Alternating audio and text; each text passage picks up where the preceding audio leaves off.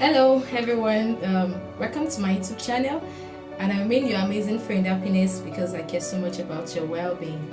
So just as I promised last week that I'm going to be shooting a video on what are the causes of menstrual pain.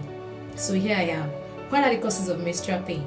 Okay, before I talk about that, I quickly want to share a story with you briefly.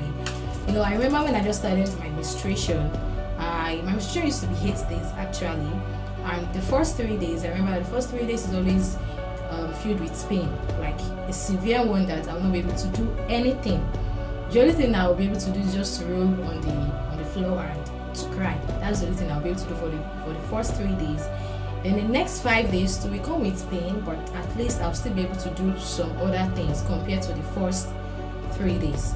I felt it was normal, and there's still part of me that is happy because I felt it's a good pain I was going through. But then my dad will always tell me that you better tell God what you don't want in your life. So this statement actually kept me bothered, and I felt that okay, that means that this thing is not normal actually. So I needed to know the causes, I needed to know how to be fine and be stable. And this is why I'm going to talk about what could cause menstrual pain. Probably as a matter of a medical condition, or what might also cause menstrual pain. So before I talk about the 6 medical conditions that might be responsible for menstrual pain, I just want to quickly talk about what could be a primary cause for menstrual pain. And the first thing I want to quickly address here is for the fact that if you are under 20, there's high possibility that you might have menstrual pain if you are under 20. And the second thing is having a family history of painful periods. Probably your mom, your auntie, your grandma, whatever, they have a history of menstrual pain. So it's possible that as a person you might also develop that kind of pain.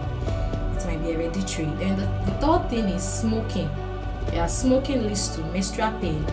Then also having heavy bleeding periods might also cause menstrual pain. Another thing that might be responsible for menstrual pain naturally is having irregular periods. It can also be responsible for menstrual pain, and also reaching puberty before age 11. If you are a child that started puberty stage before age 11, it's possible that you might have a painful period. So these are the primary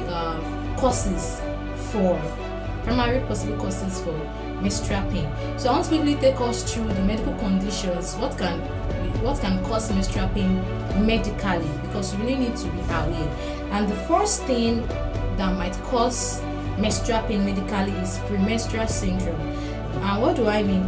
Menstrual syndrome is a common condition that is caused by hormonal changes in the body occurring 1 to 2 weeks before menstruation begins. And these symptoms typically go away after bleeding begins. So these symptoms might not happen when you are bleeding, I mean during your menstrual cycle, but these symptoms might occur 1 or 2 weeks before your menstrual cycle, and it's being caused by changes in your hormone. So that's the first thing that might be responsible for menstrual pain medically. Then the second one is endometriosis. And endometriosis is a painful medical condition in which cells from the lining of the uterus grow in other parts of the body, usually on the fallopian tubes, the ovaries, or tissue lining the pelvis. So this can also be responsible for menstrual pain. It's a medical condition actually. Then the third thing that can be responsible for menstrual pain is fibroids in the uterus.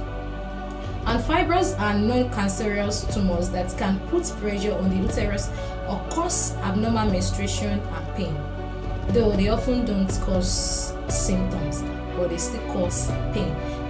And the fourth one is pelvic inflammatory disease. And this is an infection of the uterus, or probably the fallopian tubes or ovaries, often caused by sexually transmitted bacteria that cause inflammation of the reproductive organs or pain. So this might be an infection of the ovary, or an infection of the fallopian tube, or an infection of the uterus, and this might be caused by sexual transmitted infection or bacterial heart disease. Then the fifth one is adenomyosis, and is a rare condition in which the uterine lining grows into the muscular wall of the uterus, causing inflammation, pressure, and pain. It can also cause longer or heavier periods. And the sixth one is cervical stenosis. And cervical stenosis is a rare condition in which the cervix is so small or narrow that it slows menstrual flow, causing an increase of pressure inside the uterus that causes pain.